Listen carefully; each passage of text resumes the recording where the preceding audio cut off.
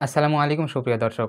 সামান্য একটি বিস্কুটের কারণে প্রাণ ঝরে যেতে পারে, প্রাণ চলে যেতে পারে, কেউ কল্পনা করতে পারেনি।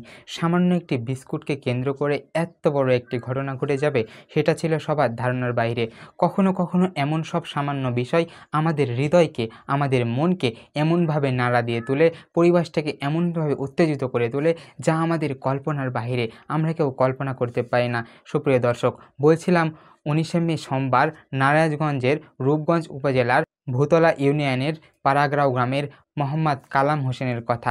এই কালাম হোসেন তার ভাতিজা শাহিন আলমের হাতে প্রাণ ঝরে গেছে এই সামান্য একটি বিস্কুটকে কেন্দ্র করে। ঘটনাটি সম্পর্কে বিস্তারিত জানাই মোহাম্মদ আব্দুল কালামের স্ত্রী। তিনি বলেন, তার মেঝে মেয়ে শাহিনের থেকে একটি বিস্কুট নিয়ে খেলে শাহিন রাগান্বিত হয় এবং অকথ্য ভাষায় গালিগালাজ করে। এমন সময় ওই মোহাম্মদ মালিক তার ভাতিজার কাছে জানতে চাইলে ভাতিজা রেগে গিয়ে তার মাথায় আঘাত করে এবং শরীরের অনেক জায়গায় আঘাত করে। এই আঘাতে সঙ্গে সঙ্গে তিনি আহত হয়ে পড়েন এবং তাকে সঙ্গে সঙ্গে স্থানীয় একটি হাসপাতালে নেওয়া হলে হাসপাতাল কর্তৃপক্ষ জানায় সে আর বেঁচে নেই। তাই তিনি হয়তো হাসপাতালে যাওয়ার সময় তখনই শেষ নিঃশ্বাস ত্যাগ করার জন্য, মৃত্যুর জন্য প্রস্তুতি নিচ্ছিলেন।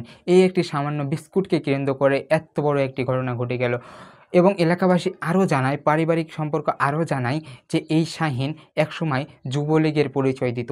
শুধু মোহাম্মদ আব্দুল কালামকে না, এর আগেও হানিফ নামে একজনকে গুরুতরভাবে আহত করে এবং জেলে যায় এবং জেল থেকে ফিরে এসে তিনি শুধু এই ঘটনা নয় এবং অনেককে জানায় যে তিনি আরও ওই রাজনীতির পাশাপাশি রাজনীতির ভিতরে তিনি মাদক অস্ত্র বিভিন্ন ধরনের ব্যবসা, খারাপ কাজ ইত্যাদি পরিচালনা করতেন। এমনই ঘটনা আমরা শুনতে পাচ্ছি। প্রিয় দর্শক, এই ঘটনা শুধু আমাদের জীবনকে নাড়া দিয়ে তোলে। এটি একটি সামান্য বিস্কুটের ঘটনা নয়। ঘটনাতে পুলিশ আসে এবং পুলিশ জানায় একটি লিখিত অভিযোগ হয়েছে এবং শাহিনকে গ্রেপ্তার করার চেষ্টা করা হচ্ছে এবং শাহিদকে খুব দ্রুত গ্রেপ্তার করা হবে বলে জানিয়েছেন পুলিশ।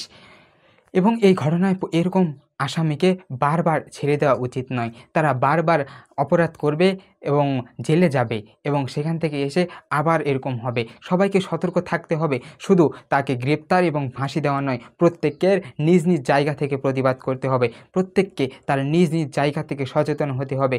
না হলে কালকে হয়তো শুনতে পাবেন আপনার চাচাকে আপনার ভাতিজা খুন করেছে। হয়তো কালকে আপনি শুনতে পাবেন আপনার পরিবারে, আপনার গ্রামে, আপনার দেশেই এরকম আরও একটি ঘটনা ঘটে যাচ্ছে। সবাই নিজ নিজ জায়গা থেকে সচেতন হন। এরকম ঘটনাকে এড়িয়ে চলুন। নিজ নিজ জায়গা থেকে সতর্ক অবলম্বন করুন। নিজ নিজ জায়গা থেকে প্রতিবাদ গড়ে তুলুন, যাতে আরও কোনো একটা আমরা আগামীকাল শুনতে না পাই যে মোহাম্মদ আব্দুল মালিকের মতো আরও একজন খুন হয়েছে সামান্য একটি বিস্কুটকে কেন্দ্র করে। আজকে পর্যন্তই। সবাই ভালো থাকবেন, সুস্থ থাকবেন। দেখা হচ্ছে নতুন একটি ভিডিওতে চাঞ্চল্যকর তথ্য নিয়ে। আল্লাহ হাফেজ।